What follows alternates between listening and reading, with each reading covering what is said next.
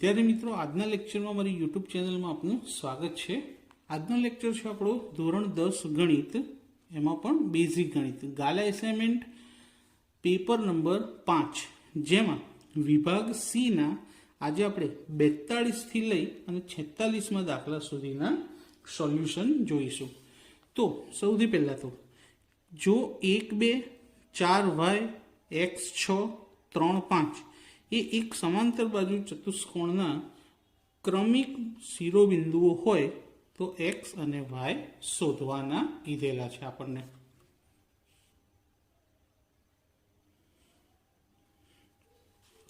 હવે જો આ ચારે ચાર બિંદુઓ સમાંતર બાજુના હોય તો એનો એક નિયમ છે। તો જોઈએ કે समांतर बाजू चतुष्कोणना विकर्णों एक बीजाने दुभागे छे। हवे समांतर बाजू चतुष्कोणना विकर्ण एक बीजाने दुभागे तेनो अर्थ एम थाय के जो आ बिंदुओ ए बी सी अने डी होय तो एसी ना मध्य बिंदुना याम बराबर बीडी ना मध्य बिंदुना याम थशे। एसी ना मध्य बिंदुना याम तो ए अने सी एटले के 1 + x छेदमा 2 2 + 6 छेदमा 2 बराबर बीडी में 4 + 3 छेदमा 2 y + 5 छेदमा 2। हवे बन्नेना x याम अने बन्नेना y याम ने सरखामणी करीए के 1 + x छेदमा 2 बराबर पहलू शुं छे अहींया 4 ने 3 7 छेदमा 2 तथा अहींया शुं छे 2 ने 6 8/2 बराबर y + 5 छेदमा 2। बंने बाजू थी 2 उड़ी गया। हवे x नी किंमत जोईती होय तो एक सामे लई जईए तो 7 मांथी माइनस थई जाए तो माटे x बराबर केटला आवशे 6। ए ज रीते अहीं पण बंनेना छेदमांथी 2 उड़ी जाए 5 डाबी बाजू लीए तो 8 - 5 बराबर y। तो y बराबर 8 मांथी 5 जाए तो केटला आवे छे 3। तो आपणे x अने y मळी गया। तो अहींया आपणे शुं कर्युं आने ए बी सी अने डी धारी लीधा जेथी एसी ना मध्यबिंदुना याम अने बीडी ना मध्यबिंदुना याम सरखा थई गया। अने पछी सूत्र मूकी किंमत लखी एमां एक्स याम सरखाव्या अने वाय याम सरखावी दीधा। हवे आगळ वर्तुळनो दाखलो जोईए। वर्तुळना दाखलामां शुं कीधुं के बे समकेंद्री वर्तुळो तो एनी काची आकृति आपणे दोरीने जोईए। जो आ एक सादुं वर्तुळ एનું કેન્દ્ર છે। બીજું એક એની ઉપર વર્તુળ દોરી દઈએ આશરે સમજવા માટે વર્તુળ સમજો। બંનેનું કેન્દ્ર છે O। બંનેની ત્રિજ્યા આપેલી છે 26 સેમી અને 24 સેમી। તો આપણે શું કરીશું મોટા અને નાના વર્તુળની ત્રિજ્યા લઈ લઈએ। તો મોટા વર્તુળની ત્રિજ્યા હવે શું કીધું છે કે મોટી ત્રિજ્યાવાળા વર્તુળની જીવા નાની ત્રિજ્યાવાળા વર્તુળને સ્પર્શે છે। તો આ મોટા વર્તુળની એક જીવા અહીંયાથી સ્પર્શીને જાય છે જેને આપણે AB નામ આપી દઈએ। શું નામ આપી દઈએ AB। AB કયા બિંદુએ સ્પર્શે છે તો M બિંદુએ। તો દોરીએ OM અને ત્યારબાદ OA। તો ત્રિકોણ બની ગયો જ્યાં M ખૂણો 90 થાય કારણ કે સ્પર્શ બિંદુ અને ત્રિજ્યા બે જ્યાં ભેગા થાય ત્યાં હંમેશા 90 નો ખૂણો બને। તો મોટા વર્તુળની ત્રિજ્યા કઈ આવી OA બરાબર કેટલી આપેલી છે 26 સેમી। નાના વર્તુળની ત્રિજ્યા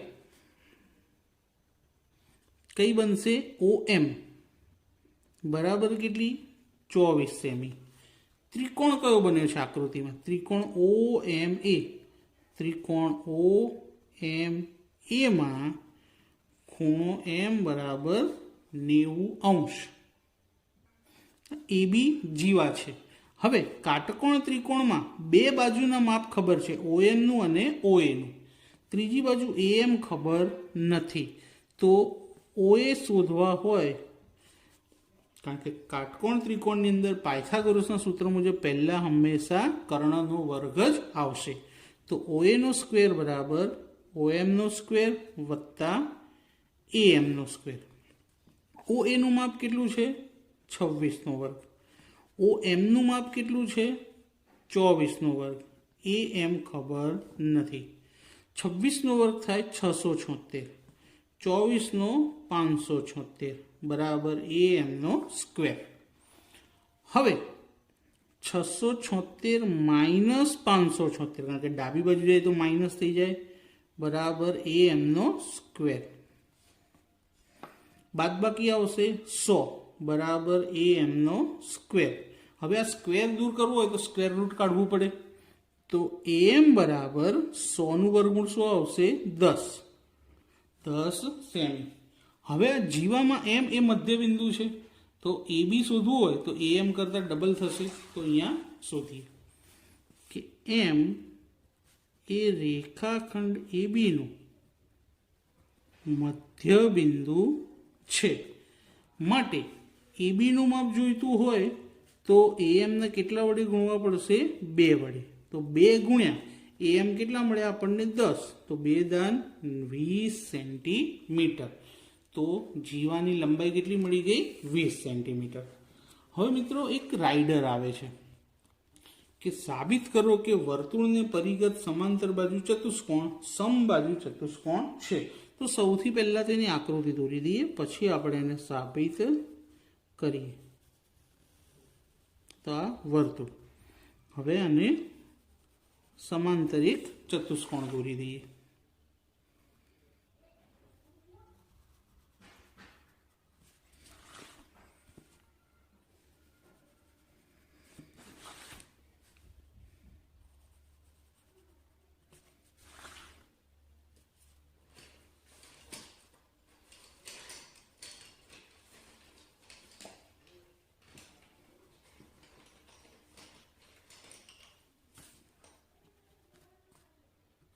તો દોરાઈ ગયું એક ચતુષ્કોણ. ચતુષ્કોણને આપણે નામ આપી દઈએ AB. A, B, C અને D નામ આપી દઈએ. વર્તુળ ચતુષ્કોણને જ્યાં સ્પર્શે છે ત્યાં P, Q, R અને S નામ આપી દઈએ છીએ. હવે શરૂઆત કરીએ કે અહીં દાખલાની અંદર શું આવશે. અહીં ABCD એ એક વર્તુળને પરિગત એટલે શું કહેવાય? વર્તુળને પરિગત ચતુષ્કોણ, એટલે કે વર્તુળની બહારની બાજુનો ચતુષ્કોણ છે. વર્તુળને પરિગત સમાંતર બાજુ ચતુષ્કોણ છે. હવે ચતુષ્કોણની ચારે બાજુઓ વર્તુળને સ્પર્શે છે. તો લખીએ કે જેની બાજુઓ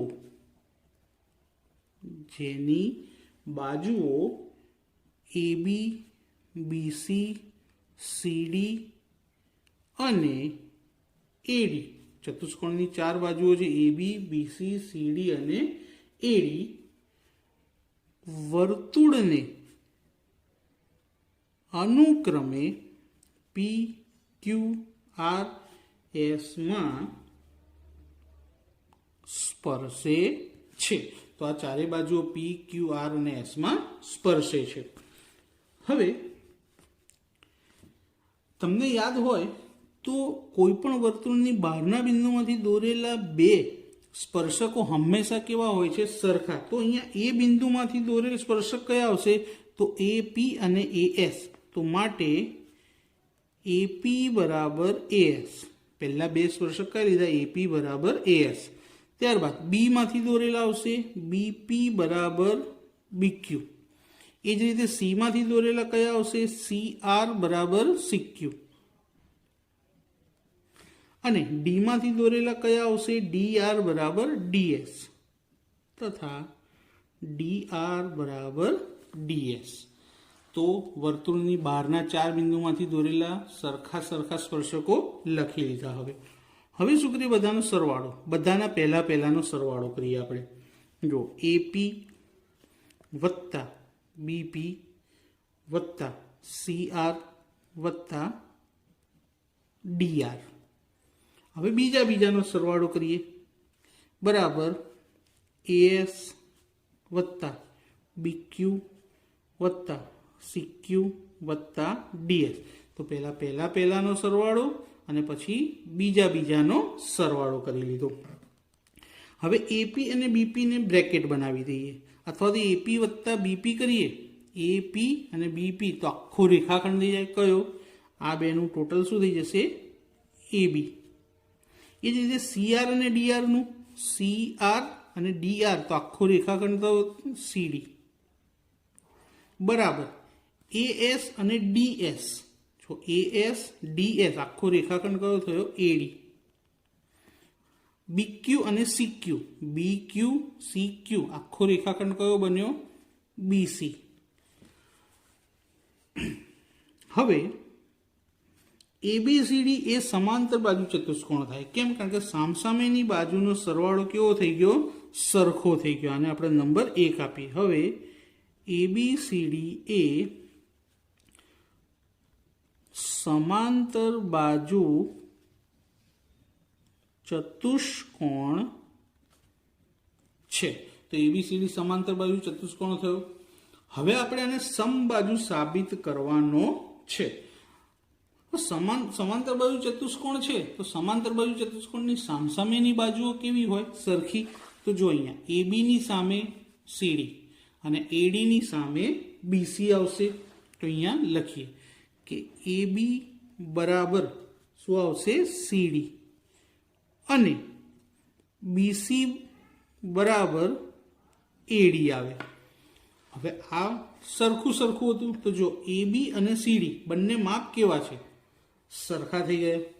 આને આપણે પરિણામ 2 આપી દઈએ. તો પરિણામ 1 અને 2 પરથી હવે પરિણામ 1 માં તમે જો AB વત્તા શું લખ્યું છે? CD.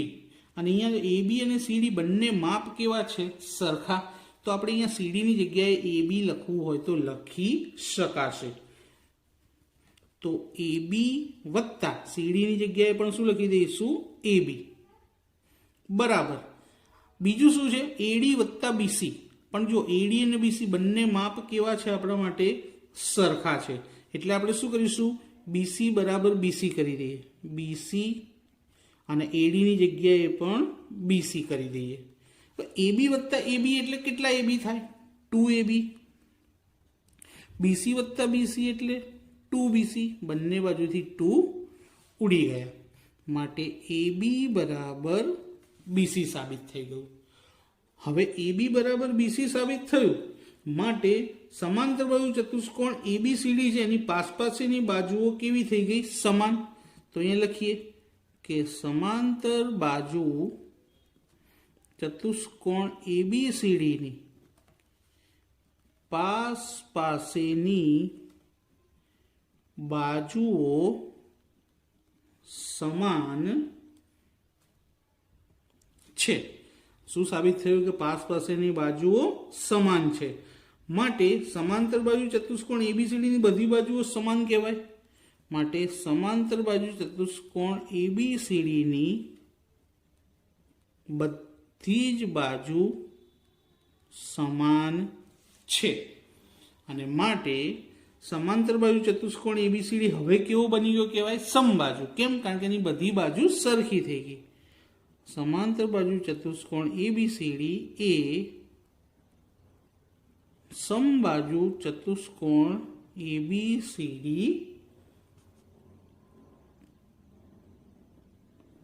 કહેવાય. તો સાબિત થઈ ગયું કે વર્તુળને પરિગત સમાંતર બાજુ ચતુષ્કોણ સમબાજુ હોય છે. તો અહીંયા આપણે સાબિત કરી દીધું કે સમાંતર બાજુ ચતુષ્કોણ છે એ સમબાજુ ચતુષ્કોણ કહેવાશે. આખી વિગત લખવી પડશે. હવે દાખલા નંબર 45. 45મો દાખલો ચોપડીની બહારનો છે, તેથી ધ્યાન રાખજો. એન આપ્યા છે 50, બહુલક 45 અને શોધવાનું શું કીધું છે? XY. ચોપડીમાં બહુલકનો ખૂટતી આવૃત્તિ શોધવાનો કોઈ દાખલો છે જ નહીં, માટે આ આપણે ખાસ ધ્યાન રાખીને શીખવો પડશે. સૌથી પહેલા તો બહુલક કેટલો આપ્યો છે?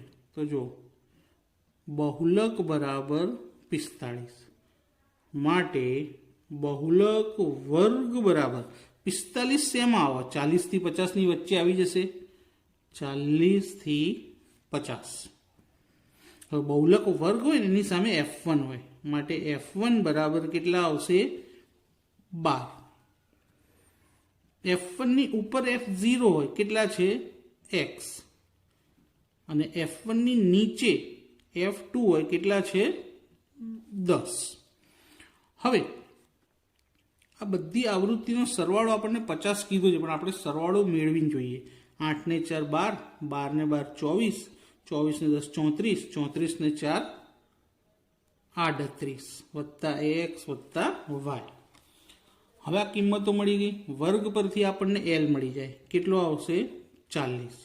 અને બધાની વર્ગ લંબાઈ સરખી છે, કેટલી? 10 નો ગેપ છે જો બધામાં. હવે આપણે સૂત્ર લખીએ કે z બરાબર L plus F1 minus F0 છેદમાં 2F1 minus F0 minus F2 ગુણ્યા h. z એટલે કે બહુલક કેટલો આપેલો છે? 45. z ની જગ્યાએ લખીએ 45. L કેટલો છે? 40. F1 કેટલા છે? 12. F0 કેટલા છે? x છેદમાં 2F1 એટલે 2 કૌંસમાં 12, F0 x અને F2 કેટલા છે? 10 અને h પણ કેટલા છે? 10. બધી કિંમતો મૂકી દીધી. સૌ પ્રથમ તો શું કરીશું? 40 ને ડાબી બાજુ લઈ જઈએ. 45 માઇનસ 40. 12 માંથી x જવાનો નથી, એટલે 12 માઇનસ x જેમ છે એમના એમ. 12 દુ 24 માઇનસ x માઇનસ 10 અને ગુણ્યા 10. ભૂલથી પણ છેદ ઉડાડી દેતા નહીં, નહીતર ખોટું પડી જશે. 45 માંથી 40 જાય તો 5 અને 10 ક્યાં આવી જશે? એના છેદમાં. 12 માઇનસ x, 24 માંથી 10 જાય તો 14 અને માઇનસ x. હવે ચોકડી ગુણાકાર. આ 14 માઇનસ x કોની જોડે? 5 જોડે. અને આ 12 માઇનસ x કોની જોડે? 10 જોડે. 14 પંચા 70. 5 ને x જોડે ગુણીએ તો 5x. 12 દાન 120. 10 ને x જોડે ગુણીએ તો 10x. માઇનસ 10x ડાબી બાજુ લાવીએ તો પ્લસ માઇનસ 5x જેમ છે તેમના તેમ રાખીએ. 120 પણ ત્યાં જ. 70 પ્લસના માઇનસ થઈ જશે. 10 માંથી 5 જાય તો 5x, 120 માંથી 70 જાય તો 50. x બરાબર 50/5. છેદ ઉડાડીને 10, માટે x બરાબર કેટલા? 10. હવે આપણને આવૃત્તિનો સરવાળો કેટલો મળ્યો? તો 38 પ્લસ x પ્લસ y, અને આપણને સરવાળો આપેલો છે, જો કેટલો છે? 50 છે. તો અહીં લખીએ કે હવે n બરાબર 38 plus x plus y. n ની કિંમત 50, 38 પ્લસ x ની કિંમત 10, y ખબર નથી. તો 50, 38 અને 10 કેટલા? 48. 48 ડાબી બાજુ લાવીએ તો 50 માઇનસ 48. સામે શું વધશે? y. માટે y બરાબર 50 માંથી 48 જાય તો 2. એટલે કે x ની કિંમત મળી 10 અને y ની કિંમત મળી 2. હવે જોઈએ આજનો છેલ્લો અને એકદમ સહેલો દાખલો. એક બાળક પાસે એક એવો પાસો છે કે જેમાં 6 સપાટી છે, માટે અને બીજું કે પાસાને કેટલી વાર ઉછાળવાનો છે? જુઓ, એક જ વાર. માટે કુલ પરિણામ બરાબર કેટલા આવશે? 6. હવે શું પૂછ્યું છે કે આ પાસો એક વાર ઉછાળવામાં આવે ને પાસા પર શું મળે? એ મળે. તો ઘટના લખીએ આપણે કે ઘટના એ બરાબર પાસા પર એ મળે. ઘટના એના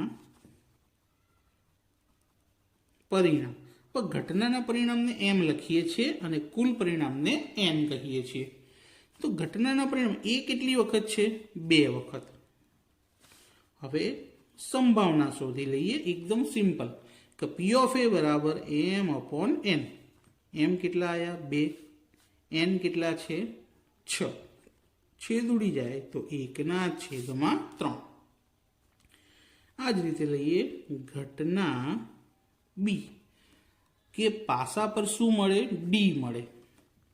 કે પાસા પર ડી મળે. ઘટના બીના પરિણામ એમ બરાબર, હવે આમાં ડી કેટલી વખત છે? 1 જ વખત, તો 1.